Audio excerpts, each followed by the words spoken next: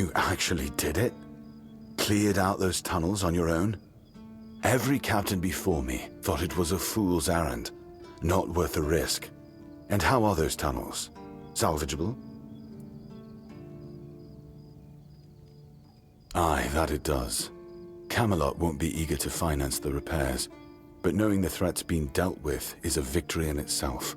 Perhaps someday we'll see them restored. Until then, we can at least rest easier. So the Keep owes you for this. Here's your reward. And what about Goban's friends? Did you find any trace of them? Give those to Goban, if you haven't yet. He's restless, but maybe seeing those again will help settle him. Might even help him get his act together.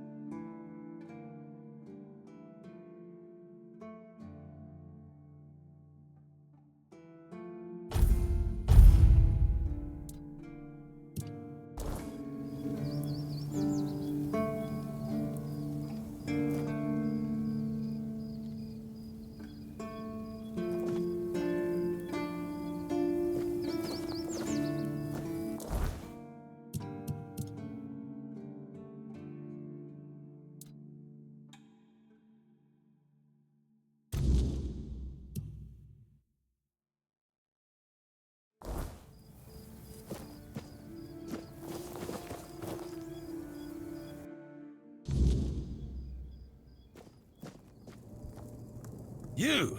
Ah, shit. Another mouth to feed.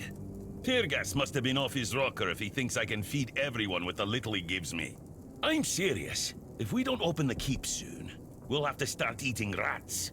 Not that I can't cook them in a way that makes you think it's chicken.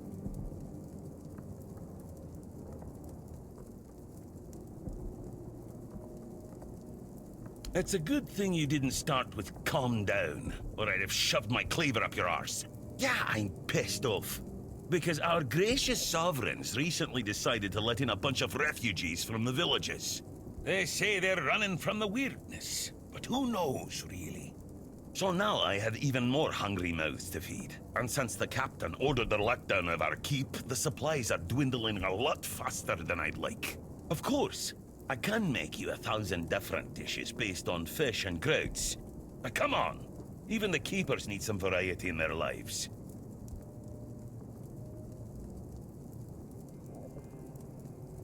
Well, wow, an adventurer, are you? Ah, I'm good for now. But if you find something interesting, you can drop it off here. And, as a sign of goodwill, I'll allow you free reign of my kitchen. If you need to cook something, go ahead. Oh, this is new. Maybe we'll get along after all. The dimwits here never want to learn, only eat.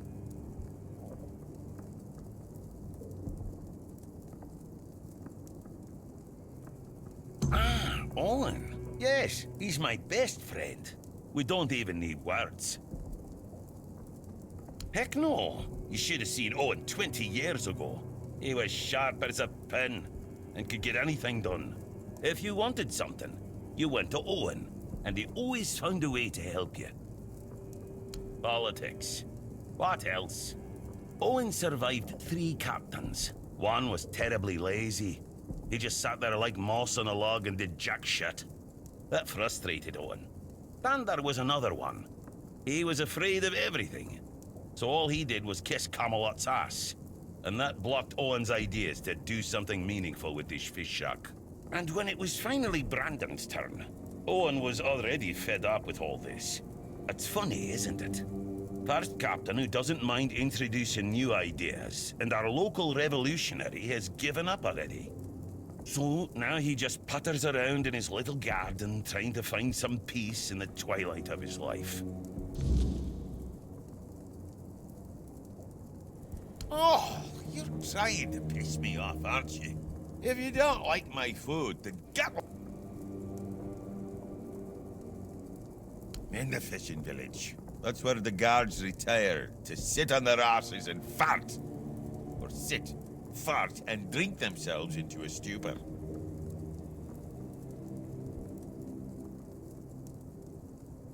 Hell no. I'd rather stay useful here and drop dead at my stove than waste space over there. If someone's still fit to work but chooses to laze around all day instead, they should be kicked out, not rewarded with free beer.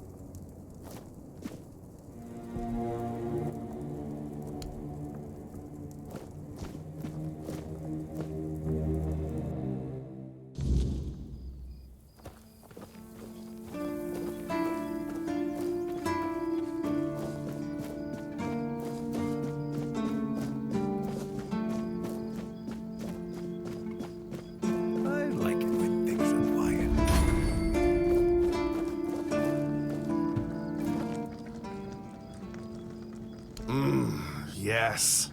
Still tastes like shit.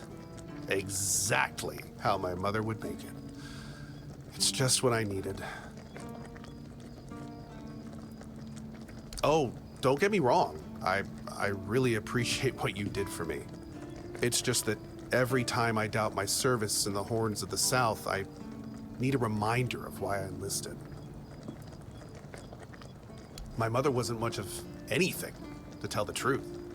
She always said I was good for nothing and that I should be glad she even kept me. And every day she'd bring back home a new uncle. Many of those uncles like to kick me out of my own house when they were drinking and getting busy. Then, when she'd sober up and got rid of an uncle, she'd bake me that pie as an apology. It always tasted like shit.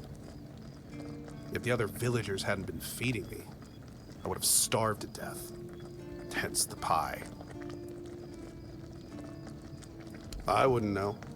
When I left my village, I decided to never look back. So I just assumed one of those uncles finally beat her to death.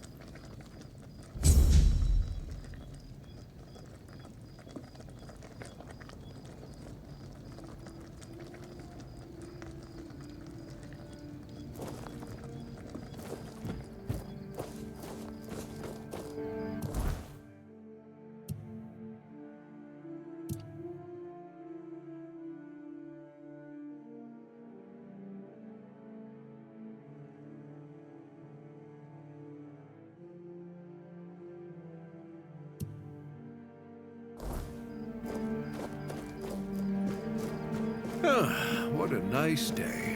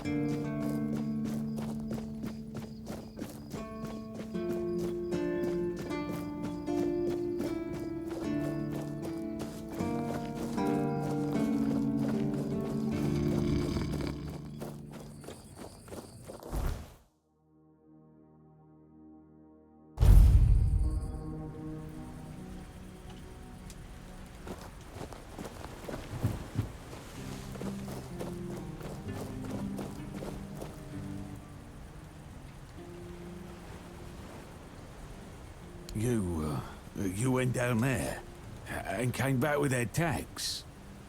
Damn, didn't think anyone would ever bring those back up. Lads must be resting a bit easier now, or so I'd like to think. They deserve better than to be left in that pit. You did right by them, stranger. Hell, you did right by me too. So, let's drink to that.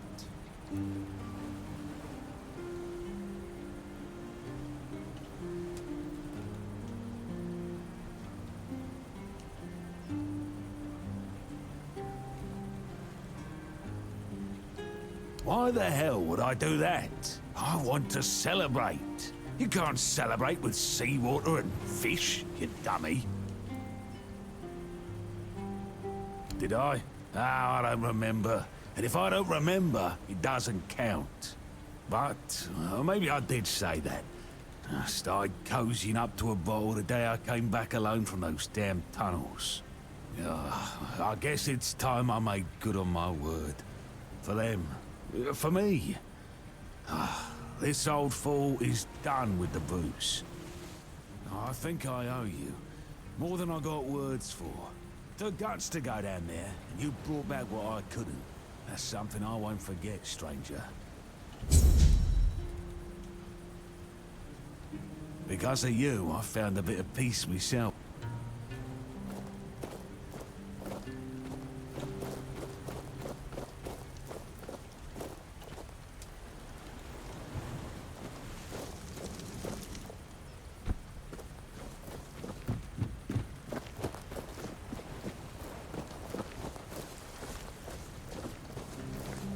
Buy something or bugger off.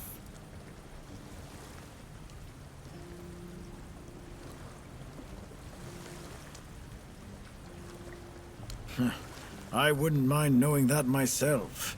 She stole a lucrative business contract out from under me and my family, then made herself at home here. Damn those Timberwall merchants. Everyone's always yammering about Timberwall. Timber this, timber that. Bugger them all. Remember, good business, only with Connacht. Fair prices, no bullshit.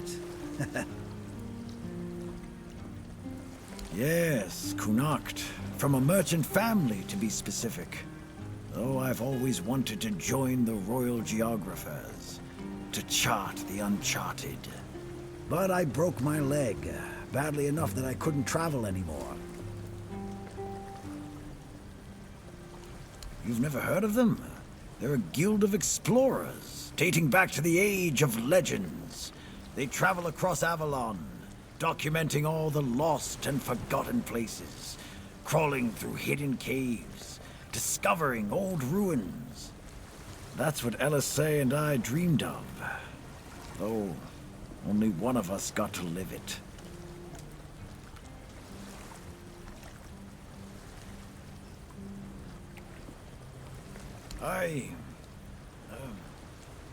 Well, a friend from back home. It was a long time ago. We were both snot-nosed kids who didn't know any better. We'd run around Connacht, drawing maps of every corner we could find. And on the farms, LSA insisted on marking every stone in the fields. My mother used to get on my ass for wasting so much paper and charcoal. Good times. She got in with the geographers, started running errands for them. Well, it was right after my accident. I might have acted a bit rashly. Said some things I shouldn't have. You know how it goes. We stopped talking, and then she left Connacht. Haven't seen her since. First thing I did when I arrived was ask the locals what this village is called. And they just said, wait for it, the village. There's also a sunken village nearby. So I asked them what that one was called, and they said, the Sunken Village. So I asked what it was called before it was flooded, and they told me, the village. How do you even work with that?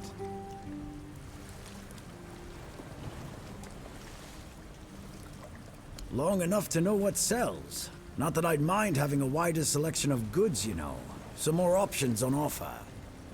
But people here don't need much, so what you see is all I have. Then there's the refugees. For now, I guess they're good business. But long term? Doubt it. Sooner or later, they'll run out of money. They don't have any way to earn it since no one wants them here. They'll get kicked out, or they'll just leave and not come back. But there'll be others around to keep the businesses running, more or less. Pursue potential customers. Listen here, pal. Clearly you don't understand how trading works in a place like this. I've no idea where you come from, but here, it's the potential customer who needs to pursue the vendor. And that vendor decides to sell to them, or not. It's the vendor who makes the decision, not the other way around. How many people here do you think are offering to exchange goods for coins?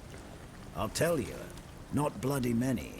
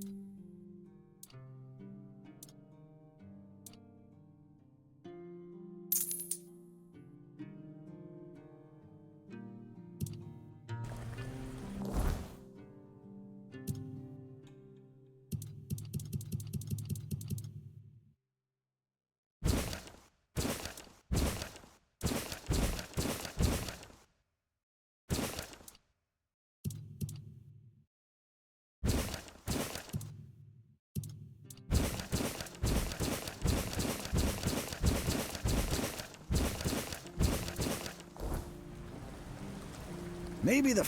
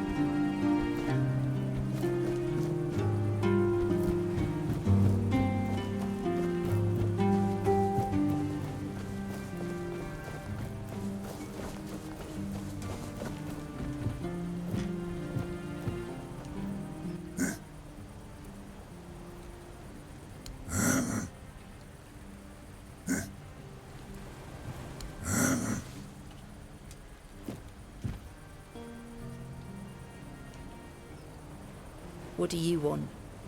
To gawk at the beast? Well, I'll have to disappoint you. My Cole is not the monster you all believe him to be. So you really don't know? If you're not from here, I'm not sure what could have brought you to this hellhole. But you have my sympathies. Just know that Cole isn't like that. Something is poisoning his mind and soul. I don't know what it is, or why it happened to Cole.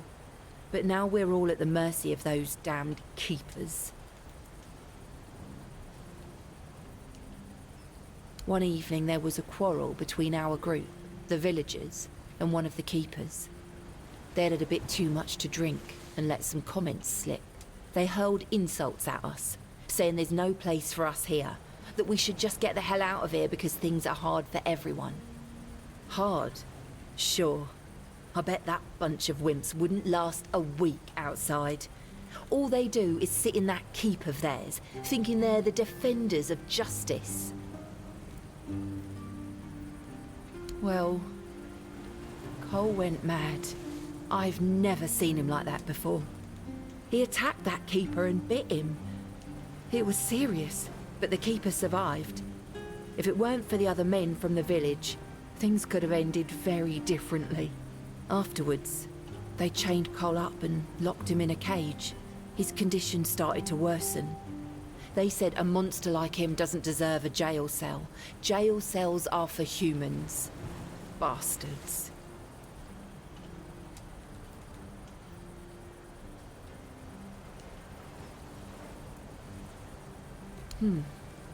This might sound silly, but before we reached the keep, we came near a strange structure. The locals call it the Arch Spire. In the morning, we realized everyone had a strange dream, but it was a little different for each of us.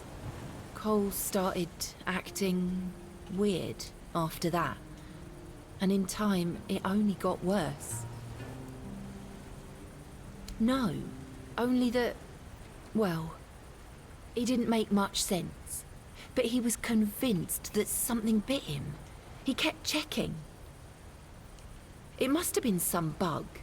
Something changed by the weirdness. That must have caused his fever, his insanity.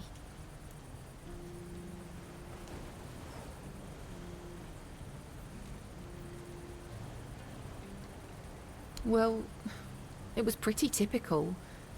We started a fire and threw some cobwebs into it. Fran brought them back from one of his treks. That boy could always find them somehow. It was our protection from the night and the weirdness. Ellis was on watch that day, but from what he told us, he eventually fell asleep. We were lucky no one slit our throats. I was in a strange place. Dark. Full of fog. Eerie. I was trying to find him. I called out, but no one answered. I was alone in the night, and then I kept falling, and falling, and falling. And then I woke up. We set up camp near the Arch Spire. We hoped that bandits wouldn't dare to venture into a place like that. Well, now I know why we could have been right. With everything that's been happening lately, I'm ready to believe in every strange thing in this world.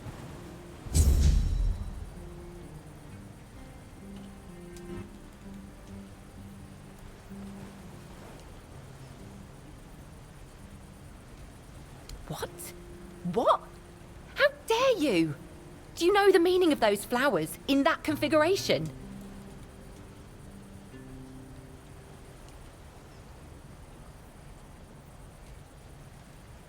Revenge.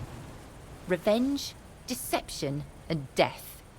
There's nothing nice about it, and I don't know if he did it on purpose or if he's just an idiot. But trust me, it's not a nice gesture.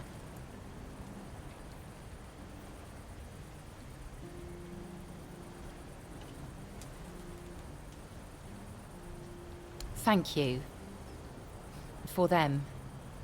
You are from nowhere, just like me. That's why I believe you. Take those flowers away. Burn them. Throw them in a cauldron. Whatever. I don't want to look at them.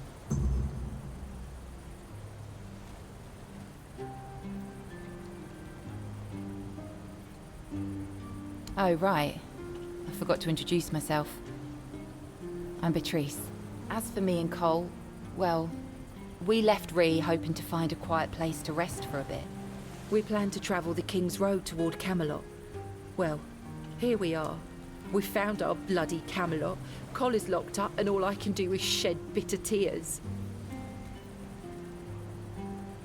Yeah, we grew up there. The village was built around a trade route. My parents ran a tavern that stood right by the road. We had a good life. We lacked for nothing.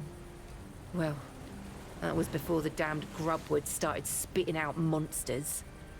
Then more and more caravans disappeared into the forest. People were telling stories that grew more horrifying by the day. In the end, taking that route meant certain death.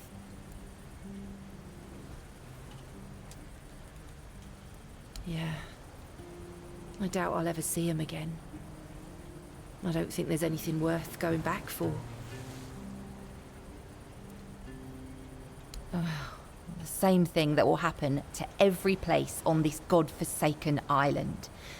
Ruin. We used to have generous clientele. Merchants and emissaries from all over Avalon. They had deep pockets, always left lots of gold. But that changed. Then our only income came from the villagers, who were getting drunker and poorer by the day. That was always our plan. Cole and I never wanted to stay there forever. Beatrice and Cole from the village of Ree, that wasn't us.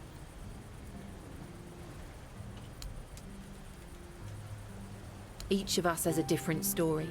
Some wanted to seek their fortune elsewhere, like me and Cole.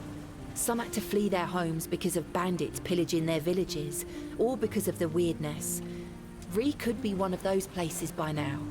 There's so much turmoil in this world. People can suddenly lose themselves, becoming a danger to those they once loved. 2 or 3 weeks ago, things were starting to get difficult. The supplies we brought with us were running low. A larger group of people is always helpful. There's always someone to talk to and share the work with. But it also means more mouths to feed and more worries to deal with. It's not easy. Be careful out there.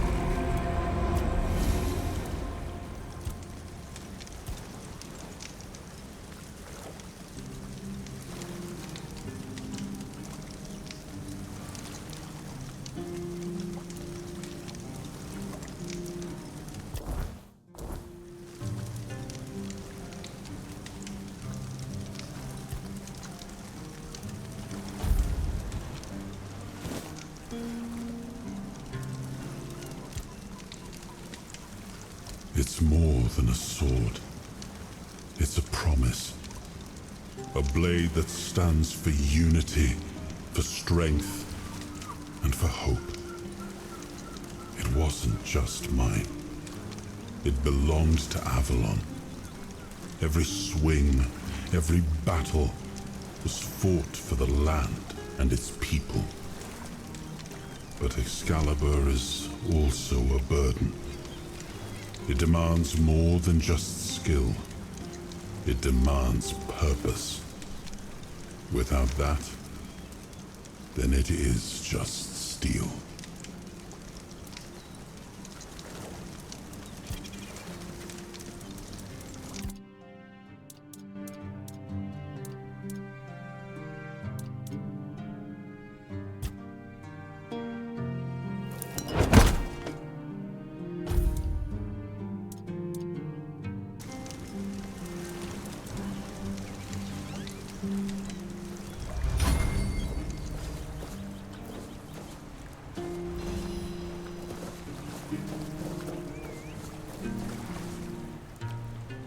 What do you want?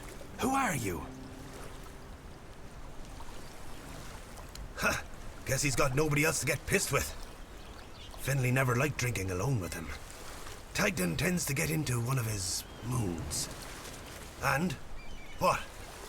That's all? You're bothering me just because that old rascal is sitting alone in the inn with nobody to natter to. You people, bugger off.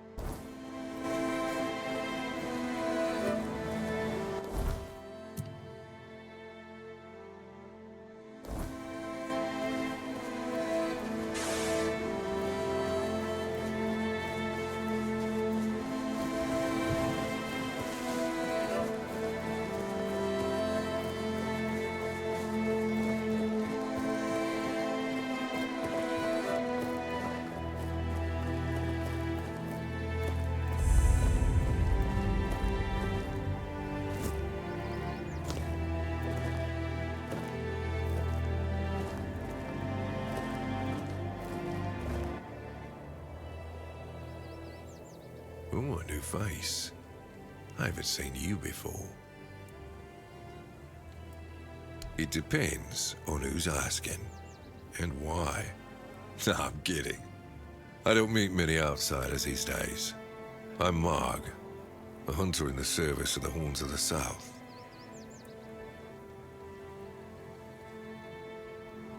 I don't know what it is about this place, but even the dead hardly ever get any rest. Though I'll admit, it's getting worse lately. They keep emerging from the local cemetery in numbers greater than that small plot of land ever held.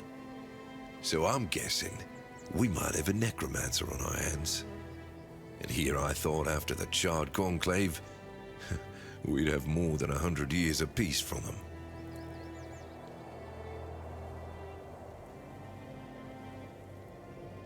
Only every century or so. But even that's too often if you ask me. Something seems to draw them here. Well, that's probably all that death. The South has always been restless. And after what happened with the sunken village, I guess death has seeped into the very soil of this land. Must be quite alluring for that lot. Because I'm not stupid or suicidal. I can go up against a few undead, but their masters are a different story. I'm a simple hunter, while they have the power to raise the dead. Arrows are only good against magic if you're far away from the caster, which is impossible in the crypt. But if you decide not to help, I'll have no choice, will I? Or I could just wait for the necromancer to be destroyed by what they summoned. It happens sometimes, from what I've heard. Good. Try not to die. That undead swarm doesn't need any more recruits.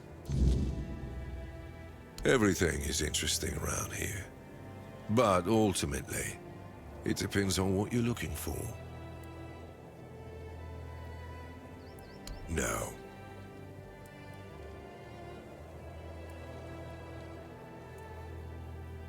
I have my reasons.